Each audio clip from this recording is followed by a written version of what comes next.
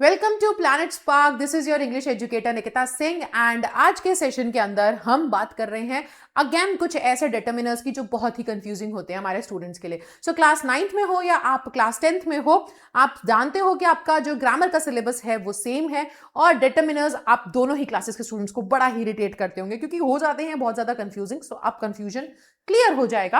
आज ये है हमारा पहले तो पार्ट 1 मिस कर दिया तो जाके देख लो, वहां पे सम और एनी के बीच में मैंने जो कंफ्यूजन है वो क्लियर किया था।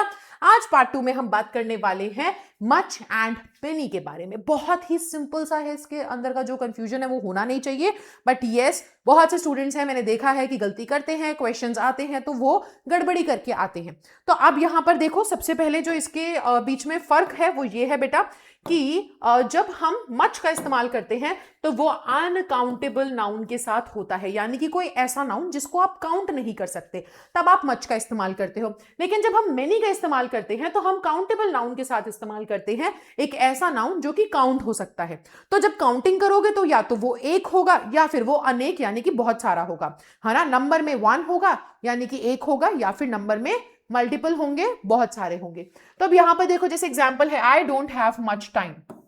टाइम क्या है? Can you count time? अब बहुत से स्टूडेंट्स को प्रॉब्लम ये है कि अनकाउंटेबल नाउन ही नहीं पता होते हैं। कुछ बच्चे बोलेंगे टाइम तो काउंट हो सकता है मैम, हम पता तो लगाते हैं, हम रोज टाइम काउंट तो करते हैं।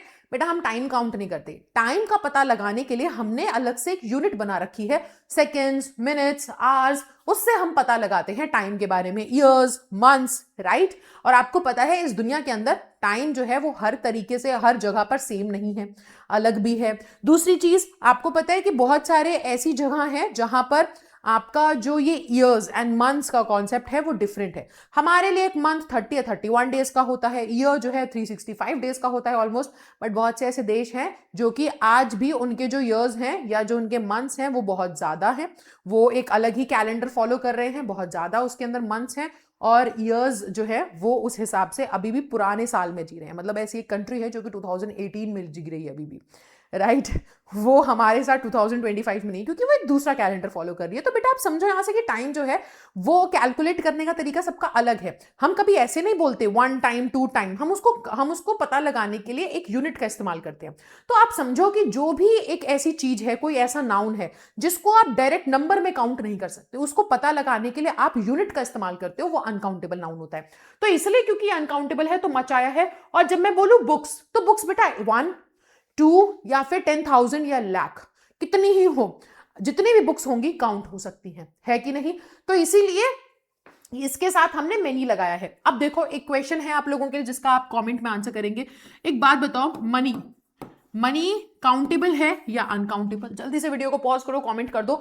अब देखो बहुत से बच्चों से जब मैं ये क्वेश्चन पूछती हूँ कि मनी काउंटेबल है या अनकाउंटेबल, तो बच्चे बोलते हैं ma'am it is countable. No, it is not countable, it is uncountable.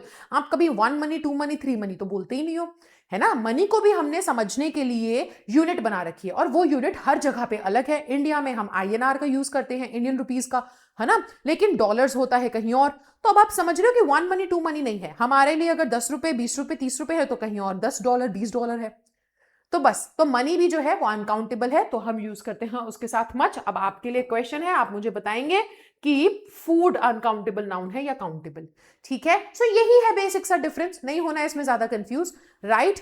अब अगर आपको वीडियो अच्छा लगा और ये कंफ्यूजन दूर हुआ है तो जल्दी से जाकर के चैनल को सब्सक्राइब कर लो, वीडियो को लाइक कर दो, चैनल को चेकआउट जरूर करना। बहुत सारी अमेजिंग वीडियोस हैं चैनल के ऊपर जो आपको श्योरली बहुत हेल्प करने वाली हैं, एंड और भी बहुत सारा अमेजिंग कंटेंट आपके लिए यहां पर आता रहेगा, ठीक है बेटा। सो I'll see you in the next video, but before that, before leaving, आपको एक काम करना है, आपको जाकर के डिस्क्रिप्शन बॉक्स चेक करना है, क्योंकि डिस्क्रिप्शन बॉक्स में है एक लिंक जो कि करेगा आपकी बहुत हेल्प। आप अगर ऐसे स्टूडेंट हो जो कि इंग्लिश समझ लेता है, बोल नहीं पाता, लिख नहीं पाता, तो फिर तो आपको जरूर से वो डिस्क्रिप्शन बॉक्स में जो लिंक है उसे चेक करना चाहिए, क्योंकि उस लिंक के अंदर पहली बात तो आप प्लैनेट स्पार्क के साथ एक फ्री डेमो या ट्रायल क्लास बुक कर पाओगे। अब उस लिंक के अंदर क्या है ना कि ये जो आपकी प्रॉब्लम है, उस लिंक पे क्लिक करने के बाद जब आप डेमो क्लास बुक करते हो तो आपको हम दिखाएंगे कि कैसे हम आपका इस प्रॉब्लम को सॉल्व कर सकते हैं, राइट। हम आपके अंदर कॉन्फिडेंस डाल सकते हैं। अगर कोई स्टूडेंट है जो पब्लिक स्पीकिंग से भागता है, बहुत ही स्ट्रगल करता है, तो कैसे कॉन्फिडेंस लाया जाए, कैसे आप